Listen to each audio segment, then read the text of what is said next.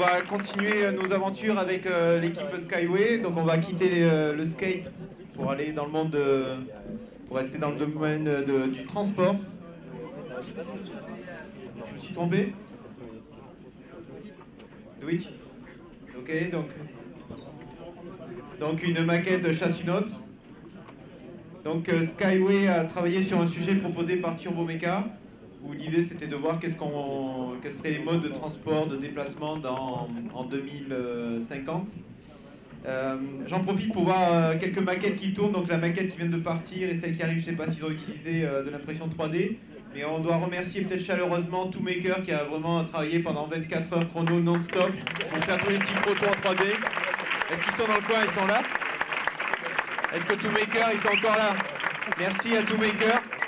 Ils ont vraiment travaillé 24 heures non-stop avec leur machine. Ils ont affronté les coupures de courant et ils sont là. Donc bravo à eux pour ce boulot-là, quoi. Ah, ils dormaient, là. Bande de feignants, quoi. Merci, bravo pour tous les protos, pour tout ce que vous avez fait. Merci à Toolmaker. Thanks a lot. Eshkal Casco. Deneri. Et 2 mots en basque d'affilée. C'est la première fois que je fais ça. Donc à vous maintenant pour 3 minutes pour nous présenter vos solutions de transport pour 2050. Combien de micros? 2.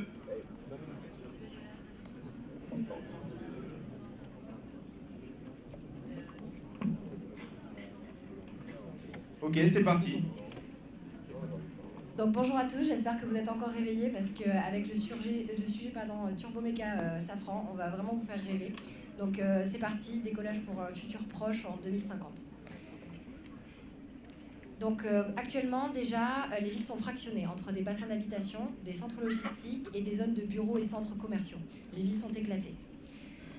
Les flux traditionnels terrestres, donc le métro, le bus, les automobiles, les camions et les trains, créent souvent énormément de congestion au niveau des accès. La verticalité est individuelle, c'est-à-dire que chaque tour dispose de son ascenseur. Rien n'est concerté. Notre première idée était une solution simple, mais on voit vite qu'il y a des limites à ce genre de système. Et donc on vous propose Skyway. Alors qu'est-ce que Skyway? Skyway concrètement, c'est on prendrait une station qui serait dans un quartier périphérique de banlieue par exemple. Donc ce serait un système de cabine libre-service, c'est-à-dire que l'utilisateur viendrait avec sa carte, scannerait la carte, sa destination serait enregistrée et on lui décernerait une cabine qui irait directement à sa destination. C'est tout l'intérêt, c'est-à-dire qu'on a une cabine, une destination, il n'y a aucun changement qui se fait dans le réseau.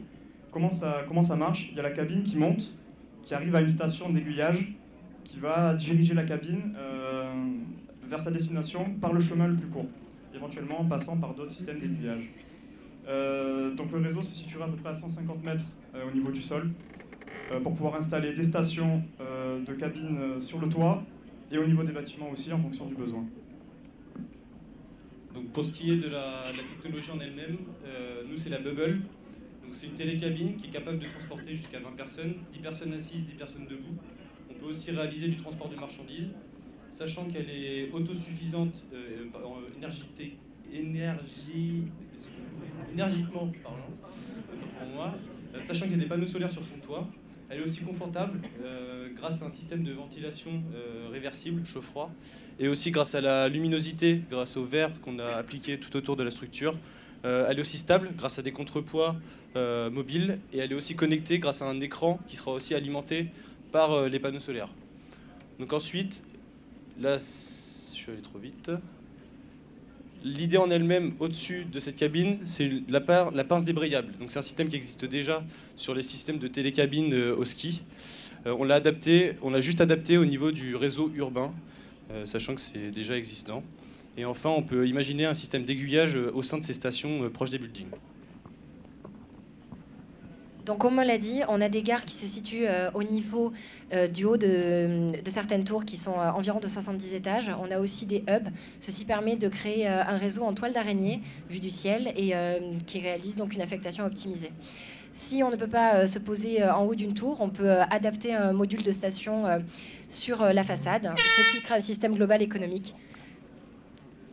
L'installation, la maintenance, la sécurité par des drones ou des hélicoptères. Merci à tous, voici Skyway.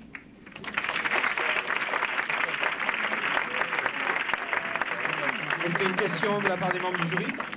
Une question. J'ai cru comprendre que vous commenciez par individuel et puis il y a 10 personnes qui peuvent rentrer dedans. C'est quelle approche exactement? 20 même, oui. Au niveau de l'entrée dans une station ou une gare, vous rentrez directement votre destination, donc soit avec un flashcode qui directement contient l'information de la destination, et vous vous voyez attribuer un numéro de cabine. D'autres personnes allant dans la même direction vont avoir la même cabine attribuée, et ainsi en s'arrêtant sur 3 stations consécutives par exemple, les gens peuvent descendre. Ok, merci beaucoup à Romain Thirier qui ne pouvait pas revenir aujourd'hui. Si, il est là. Ça y est. Là, ça commence à fatiguer pour moi, donc merci Romain. Un petit mot peut-être? Bravo à tout le monde, hein. C'était un sujet qui n'était pas évident. En tout cas, vous avez réussi à nous faire rêver et à prendre du plaisir. Je pense que l'innovation, c'est aussi prendre du plaisir. Et moi, il me tarde de tester en 2050 la bubble plutôt que prendre la ligne 13 en tout cas. Merci à vous. Merci à vous. Je ne sais pas si ça a été dit, mais pour installer tout ça, je crois qu'on va avoir besoin d'hélico. Et donc, ça pourrait être intéressant pour Turbo Méca. Merci à vous.